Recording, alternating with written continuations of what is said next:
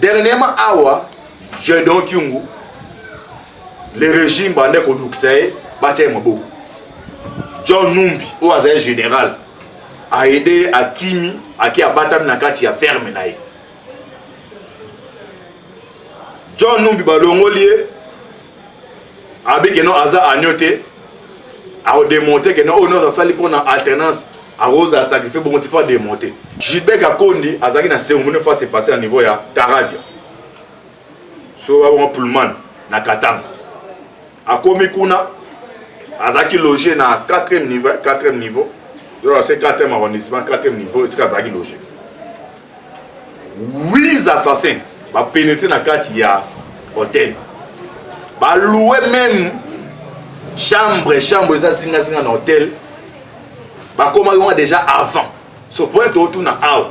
Ba assassin on a pour ça là là. Moni VPM vice-premier ministre intérieur pour na koluka ko tenter ko éliminer jamais ba assassin moya ezado eza bandi mona gouverner qui a bu la za au courant. Yo tala pandi que ça les bango. Ba ko tire no montre yo comment va sali lobby entre ye Zoé Kabila na Richard Muyej. C'est ça le triangle de la mort wana au Kabila planifié qui ya mwana. Bonjour, bonsoir. Nabalandignon sur Jésus Banque TV. Mbote Nabino, vous allez belé partout dans le monde. Vous allez Kolanda Biso par la voie internaute. On a un niveau à Suisse, na moni. C'est que toko, na niveau Suisse.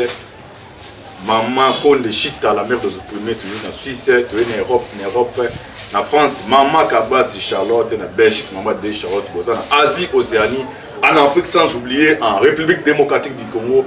Ils allaient toujours, moi Nabino de Konabino, Moïse, moi quand il parle l'émission Nabino, Moïse dans la côté de ça, décryptage, il y a actualité politique. N'a pas été mot teming na caméra humaine, ma caméra, Emmanuel, y compris na Eugène Adolphe Ngan.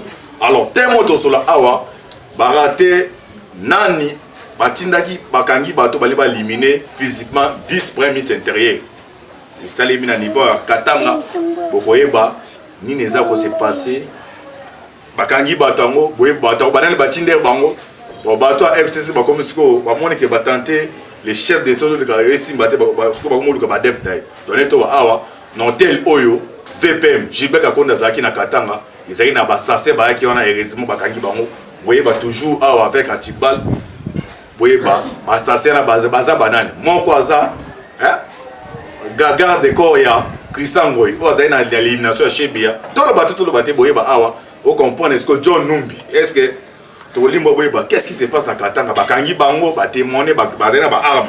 Donc bazaki le VPM azaki logé dans 4e arrondissement. Na poto ba 4e arrondissement, ils ont 4e étage. Donc c'est-à-dire azaya bakangi na ba arme ou ba qui ba éliminer physiquement VPM Gilbert Kakonde azali moko IDPS et c'est passé dans Katanga, boye ba dessous des cartes, ni ne s'est passé. To senga na bandeko baza singa mokonza mboko, boye ba kana bitumbeza makasi. Au moins, c'est VP, moi, vice-premier ministre intérieur, va tenter d'éliminer. Alors, biso bantibal, on va prier ma casse pour la biso. Depuis que nous avons protégé, mais à présent, antibal, à total, moi, je benga, il tire benga pour intimider, ou les antibal. Sans plus tarder de côté de Beba, il ne s'est passé à niveau à Katanga. Pourquoi Batinagi va éliminer VPM, Gilbert Kakonde, Bakangi, Batouala, Baouti Wapi. Dernièrement, nous sommes à niveau armé. John Numbi a baza agnoté. Alors, Moutasina qui a salué à contexte par ordonnance, nommé qui na armée, et le VPM Gilbert Kakonde. Pour l'instant, dans côté à FCC, à comme bête nous en bango. Faut tenter qui n'a voix ya Assemblée nationale simide score ba tenter na voix ça physiquement. Est-ce que ça général John Numbi, est-ce que ça nani a tenté pour cibler le VPM Gilbert Kakonde dans l'hôtel Karadia? Tolanda Bissonabino a très attentif. Très bas. Ni ne s'est passé dans le niveau ya hôtel Caravia. Tolanda awa comme ça to continue Bissonabino boyeba. Toza wapi tozo kende wapi tokosuka wapi. Bolanda awa. OK, Bolanda ba révélation s'est passé dans le niveau ya Katanga. Moko na bonga zaki moko zaki présumé assassin à Chebea. Bangonde bakangi bato na biso ya bino awa comme ça to continuer ni parabo partager vidéo s'abonner na kata Jésus Marque TV pour na besoin d'information en temps réel. Tolanda a bisu la comme ça tout ça la analyse après Tolanda article. Révélation troublante sur la tentative d'assassinat du VPN Gilbert Kakonde. L'un des présumés meurtriers était un ancien garde du corps de Christian Ngoyi, l'assassin de Floribert Chebi. Vous comprenez, makambe comme isko wa, makambe comme isko ndongo, makambe comme sereto la bisu la binor. Le vice-premier ministre, ministre de l'Intérieur et de la Sécurité, Gilbert Kakonde, a été victime d'une tentative d'assassinat ce jeudi le 13 août à Lubumbashi, où il est en mission officielle. Au moins 7 personnes armées, mais en tenue civile, ont été interpellées à l'hôtel Pilman, ancien Caravia, où une manifestation de Gilbert Kakonde était prévue. Ces personnes seraient acheminées à la 22e région militaire pour audition. Selon les sources sécuritaires dans la capitale qui préfère de la RDC, l'un des hommes arrêtés dans cette opération était policier et s'appellerait Ngoyi Kabata, garde du corps du major Christian Ngoyi, Kenga, ex-commandant du fameux bataillon Simba appartenant au général John Numbi. Vous comprenez, vous comprenez mon besoin qui est là. Analyse, vous comprenez, nana tina qui va éliminer physiquement Gilbert Kakonde, vice-premier ministre intérieur.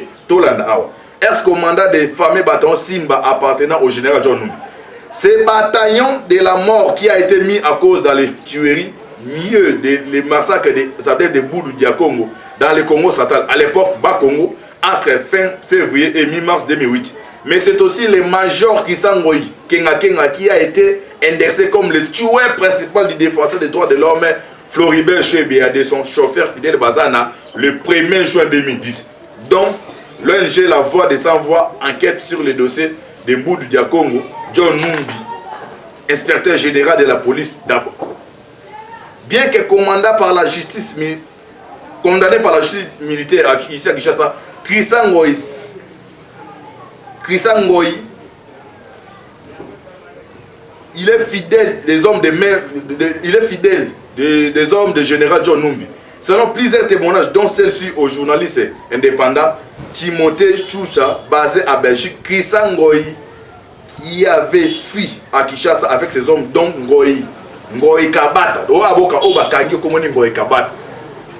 Bakangi bon à hôtel avec des armes. Vous comprenez ce que je veux dire. Vous comprenez ce que je veux dire. Christian Ngoyi qui avait fui à Kinshasa avec ses hommes, donc Ngoyi Kabata et adjudant Jacques Mugabo. Aussi prévenu dans les dossiers d'assassinat de Floribert Chebiya, a même fait ses études universitaires et les a terminées dans toute inquiétude dans l'Institut supérieur des études sociales.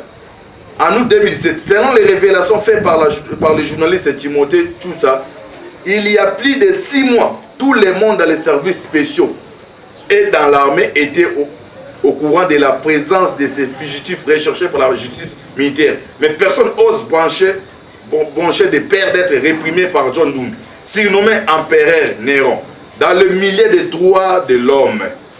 Ce journaliste qui a mené des enquêtes a donné de la lumière sur les affrontements qui avaient eu le 28 mars dernier à Lubumbashi et avait fait plus de 30 mois entre les Bakatakatanga et les forces de l'ordre. C'est à l'époque que dans une vidéo, Timothée Choucha avait révélé le dessous des cartes de ces affrontements en démontrant la connivence et les accointances entre le meurtrier Général Kyungu, chef de Bakatakatanga, et les polices du bataillon Simba, restés fidèles à John Numbi, et sous commandement de Christian Ngoyi à Lubumbashi, avec comme mission de faire déchanter le pouvoir de Kinshasa. L'un des avocats de Floribert Chebiya souhaiterait que l'empereur Néron John Numbi soit vite rappelé à Kinshasa, pensant que selon lui, la présence à Lubumbashi de ce général qui récupérait les Bakatakatanga représente une menace terrible pour la paix dans l'RC Katanga. Awa na kacha bo comprendre ce que ndenge veni mana limbo la bino pa être comme mission des lingala na limbo la bino bien ni s'est passé pour nous. Chebiya aza assassiné. Ba assassiné Chebiya na kati ya bato ba kanga ba mona ba témoin qui l'air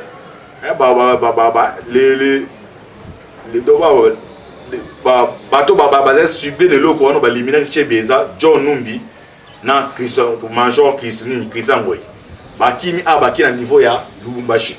Christian Ngoi azaki na bana 4 ake na Lubumbashi akocha na kata université moko wana oya asisi awatangi eta mutu oba alielimé chebia bakondene baona baolukisa wana Kishasa ba Kabila tili baona niveau ya Katanga atangi kuna ba classe azali na bana mi 4 abota bakomi 6 asisi dernièrement awa Jedon Kyungu le régime bande kolukisa batia maboko John Numbi o azali général a aidé Akimi aki abatami na kati ya ferme na ye.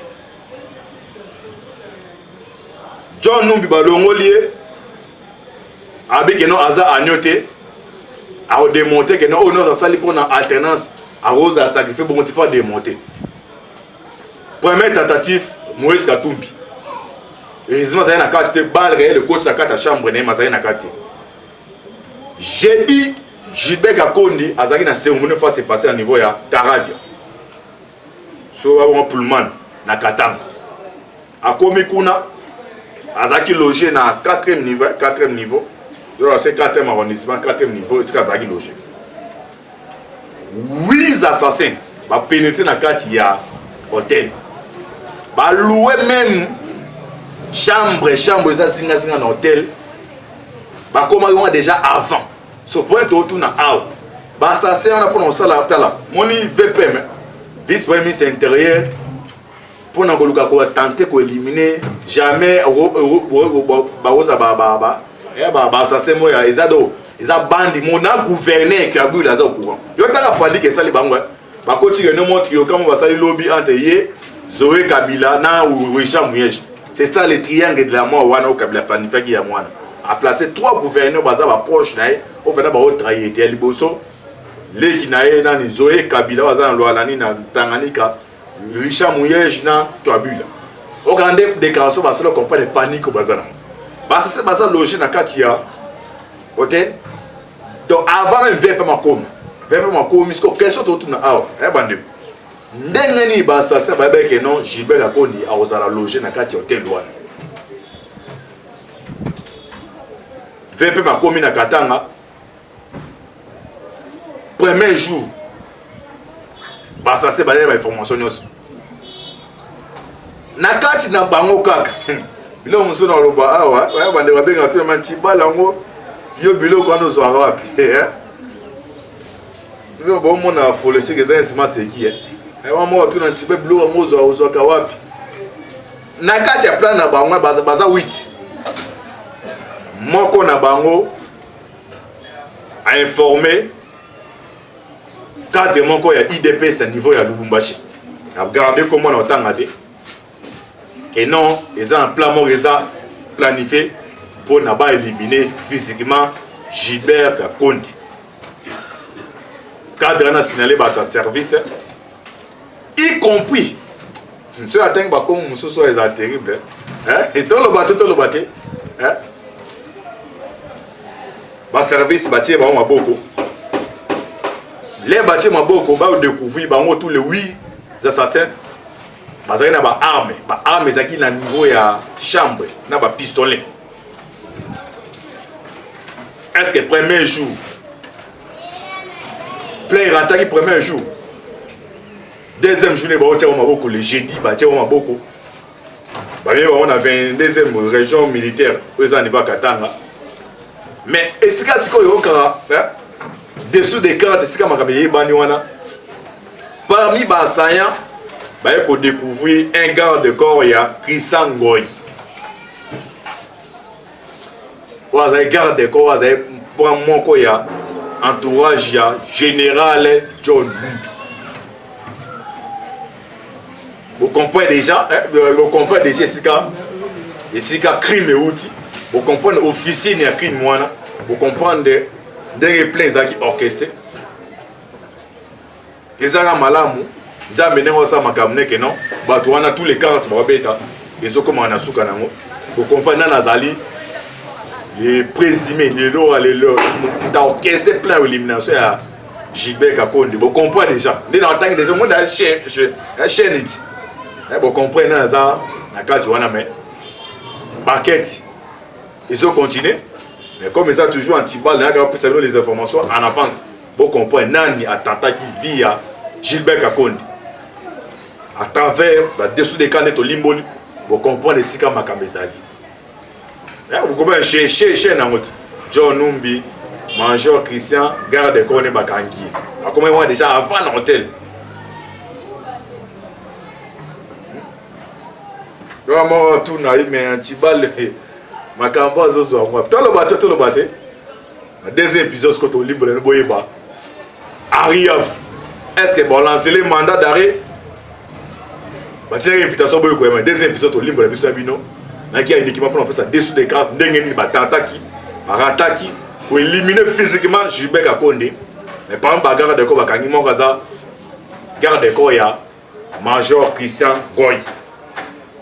Pour partager vidéo, pour s'abonner à la chaîne. Merci Ming Emmanuel Oazari c'est ma caméra. Merci l'ingénieur Adolphe Nand de la que non. Pour le cabo aider Jésus Miracle. Et permettre à un plateau de information en temps réel. Tous les abonnements, les Égyptiens, les Égyptiens, mais c'est tout ça, soudé, déguerpi calmement. Nous avons bêta c'était tout le tribalisme. Parce que c'est le que c'est Congolais, la République démocratique du Congo, le que c'est tribalisme. Jambe Apambola Bino, Isaki Moana Bino, Moïse Mahon Kantibal, on a repris ça dessous des cartes, Ndengeni Barataki.